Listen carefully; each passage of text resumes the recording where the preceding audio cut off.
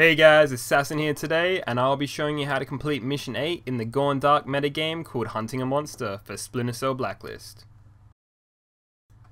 I'm not going to go completely through how you complete these. I will do a video to show you how I kind of figured out how to do these. That will be in the description below, and I'll put an annotation at the bottom, probably around about here. Don't know what that's going to cover, but it's going to be there. If you want to go to it, it'll just show you a few things. Otherwise, I'm just going to show you what I did for this specific mission in the following video.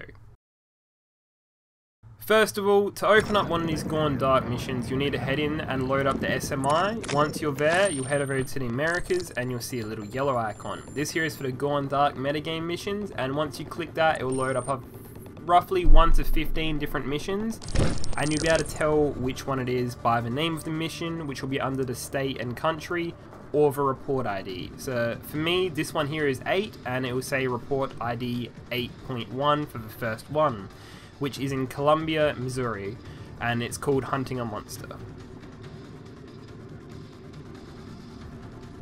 This report basically just says that a company that built actual devices for the Splinter Cell groups, they had a factory that burnt down, and recently a company called Vaza or Vaza Partners Limited bought into this 2 days before they went out of business, and that it sounds a little bit fishy.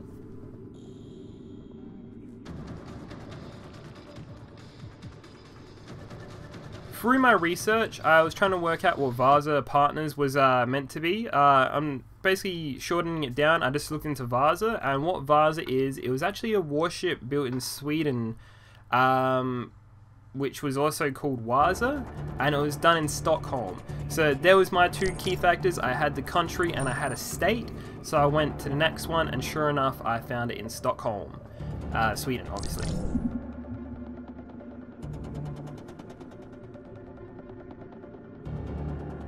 Upon opening the second report, we find out that basically the Vaza company was really just a front, and it was really just kind of like a canary company, if it makes sense, and that it was actually run by a terror financer named Arnie Sjoberg.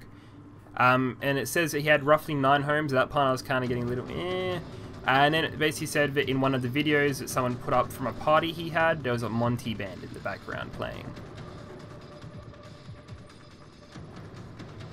When I first tried to look up the Monty band, I actually came across something called Moneta or something, and it was like the Getaway song or something. I don't know, it auto-corrected it. I assume that maybe went there, so I tried that. That didn't work, and then I just tried to narrow down my search options. So I went Monty, and it was also known as Moitia, and it's actually an African dance.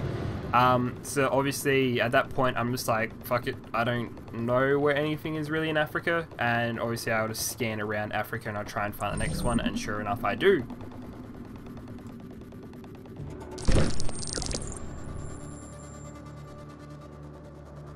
In this report, Briggs tells us that once we actually found the house, he was able to put down a tap on the phone, and we were able to find out that Arnie Sjoberg, who was the terror financer, was talking to someone called Maria Damanta, who was trying to set up something as, doesn't say what, I'm just going to say she's a terrorist, terror financer talking to someone. They're obviously after a terrorist.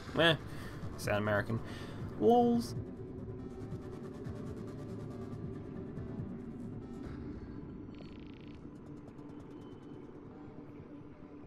To work this one out, I had to do some research on the name. Obviously it's a code name, the person doesn't want to be found, it makes it sound scary.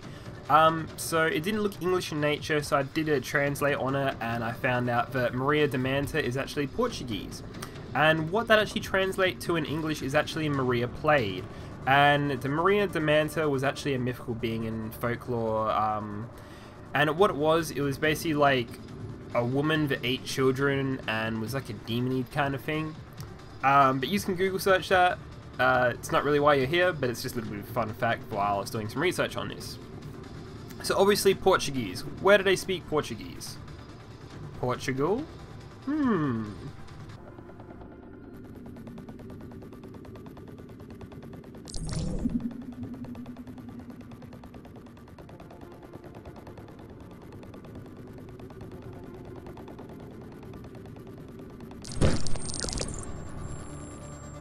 Okay, so now after all the hassle, after all the trouble, we've finally tracked it down to a US embassy in Portugal. As you'll notice, we have two options. We have either watch or capture, and they're both worth the same amount of money. You'd be wondering, hey, what's going on here? The thing is, you have both options, and if you pick the correct option in terms of like real world what would happen, you get a modifier to your earnings at the end of each mission, and that's determined by which one you pick. For me, I pick watch here because if we watch her, we have the ability to get her, get the money that she's wires through, and then trace that back to engineers and hopefully prevent another attack from the Blacklist and basically stop that. If you pick capture, I don't know what would happen. Maybe someone else would like to tell me, but I picked the one that was smarter. Anyway guys, so I hope you guys actually really found this helpful. For me, I know that I was kind of confused about these missions when I first started them. But I will try and do every single one of these and put them up on YouTube so that way you guys have a reliable source on how to complete these. And I'll probably just put in annotations at the bottom the steps, basically where they are, so you won't have to watch the entire video. You can just be like, oh hey, so we started out in Colombia, we went to, where was it, Sweden, we went to Africa, and then we went to Portugal. Bam, 4 done. Anyway guys, so that's all of that one done. I hope you guys really enjoyed the video. As always, don't forget to like, subscribe, comment, and I always want you guys to follow me on Twitter, that way you'll get to find out the new stuff.